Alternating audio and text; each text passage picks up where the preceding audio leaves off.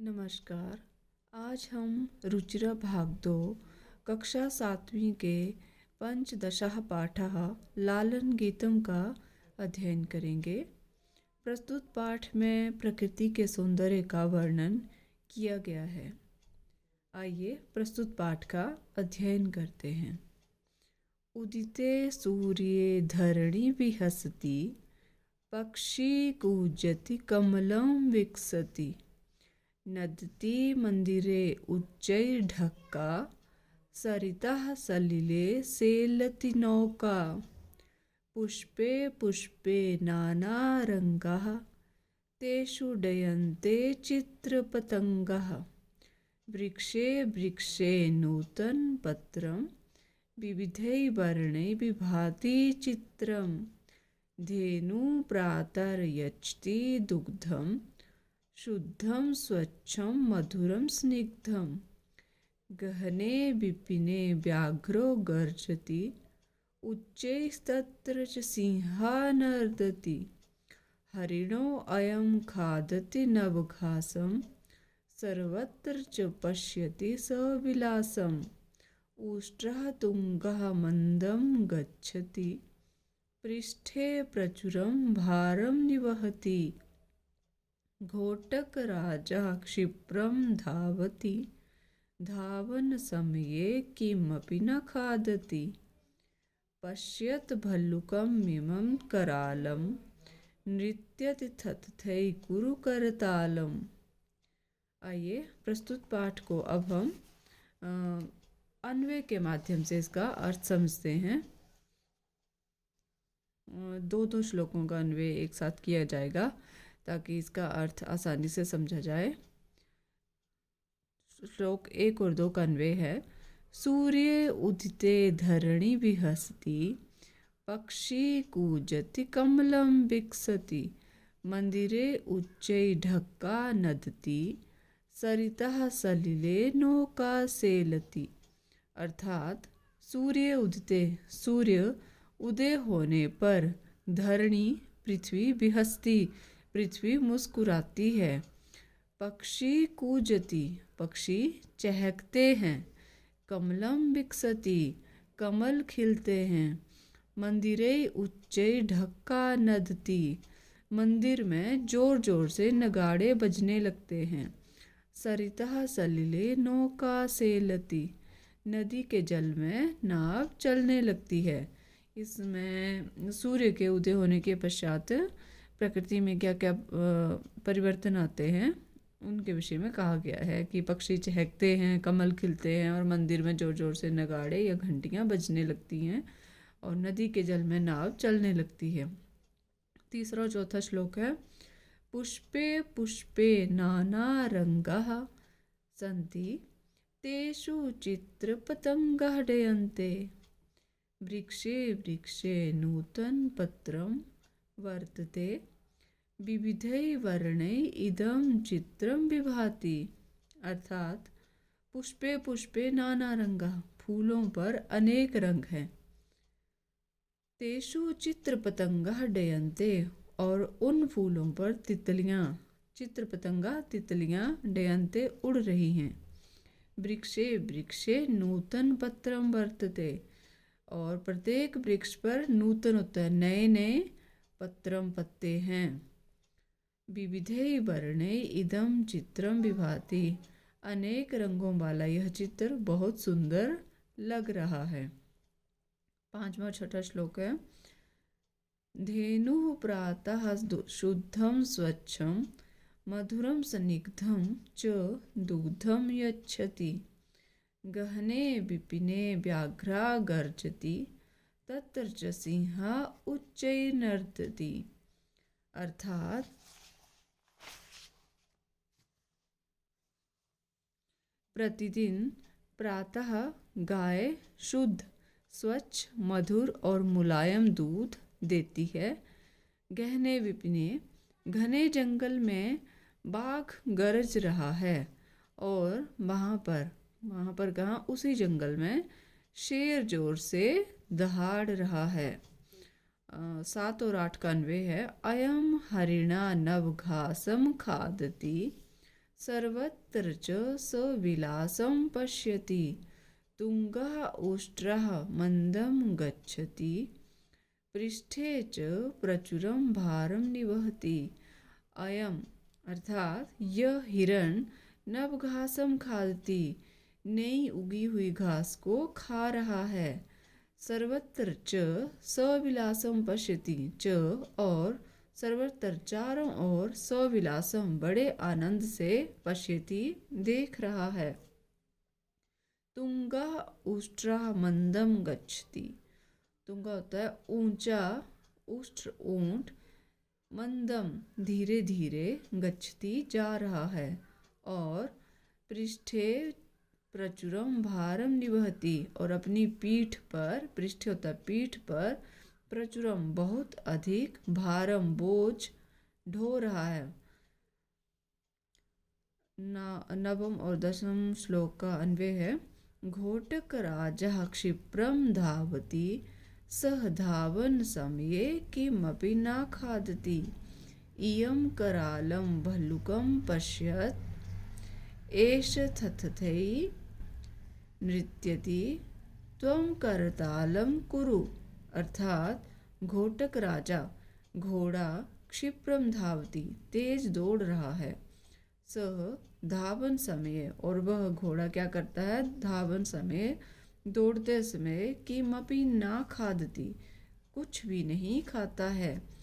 इमं करालम भल्लुकम पश्यत, इस करालम भयानक, भल्लुकम भालू को, पश्यत देखो, ऐसा यह, थथथै था थई करके, नृत्यति नाच रहा है, त्वम करतालम कुरु और तुम ताली बजाओ। आइए प्रस्तुत पाठ से संबंधित शब्दार्थों का अध्ययन करते हैं।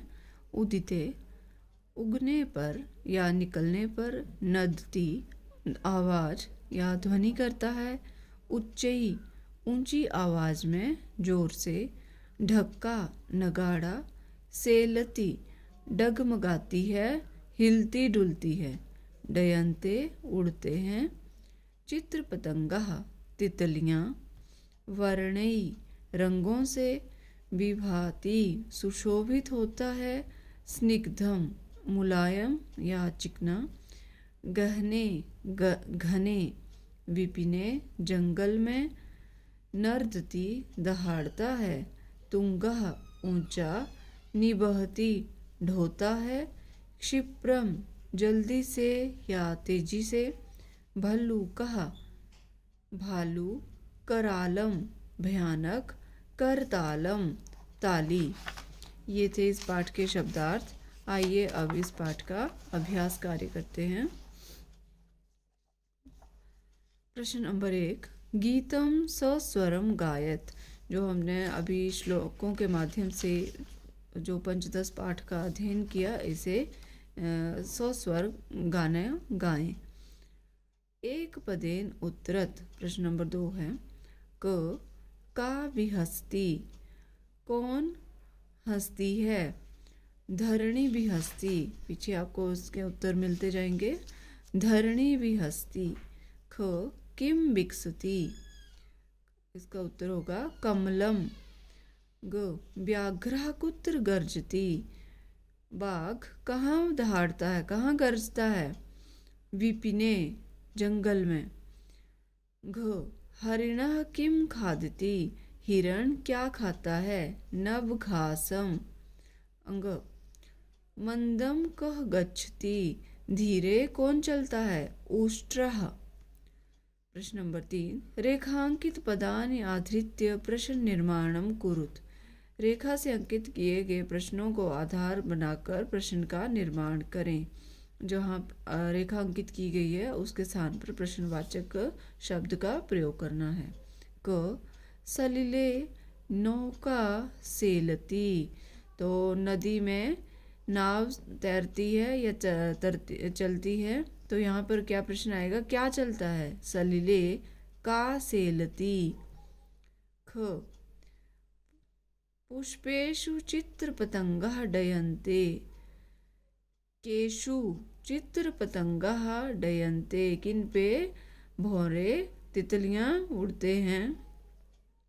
ग उष्ट्राः पृष्ठे भारम निवहति, भारम बहती, कौन है जो पीठ पर भार ढोता है।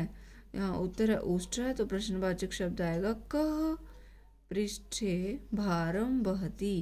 घ धावन समये अश्वा किमपि न खादति, कदा या कस्मिन अश्वा किमपि न खादति, और साथ में प्रश्नवाचक चिन्ह लगाएं। ग सूर्य उदिते धरणी विहस्ति, किसके उदित होने पर धरणी या पृथ्वी हंसती है। कस्मिन उदिते धरणी विहस्ति, प्रश्नवाचक चिन्ह सब में लगाना है। प्रश्न नंबर 4, मंजूषाता समानार्थक पदानि चित्वा लिखत। मंजूषा में दिए गए शब्दों में से कुछ शब्द नीचे दिए गए हैं और कुछ शब्द मंजूषा में दिए गए हैं। इनमें से जो समानार्थक होगा उसे उसके सामने रखना है। धरणी, धरणी का मतलब है पृथ्वी, धरती, तो पृथ्वी सामने। करालम, भयंकरम, सलिले, जले, विपिने, वने, हरिणः, मृगाः, मंदिरे, देवालये। प्रश्न नंबर 5 है विलोम पदानि मेल्यत। विपरीत शब्द जो हैं, उल्टे शब्द अर्थ में, उनका मेल करना है।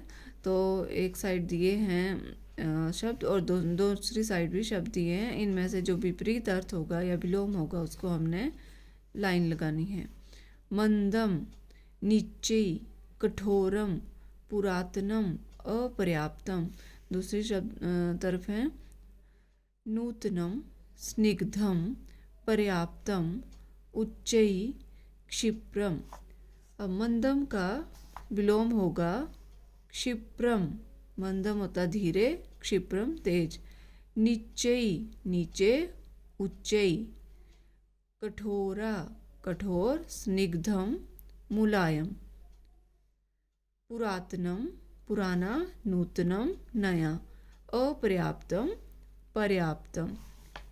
प्रश्न नंबर 6, उचित कथनानां समक्षम आम, अनुचित कथनानां समक्षम न इति लिखत।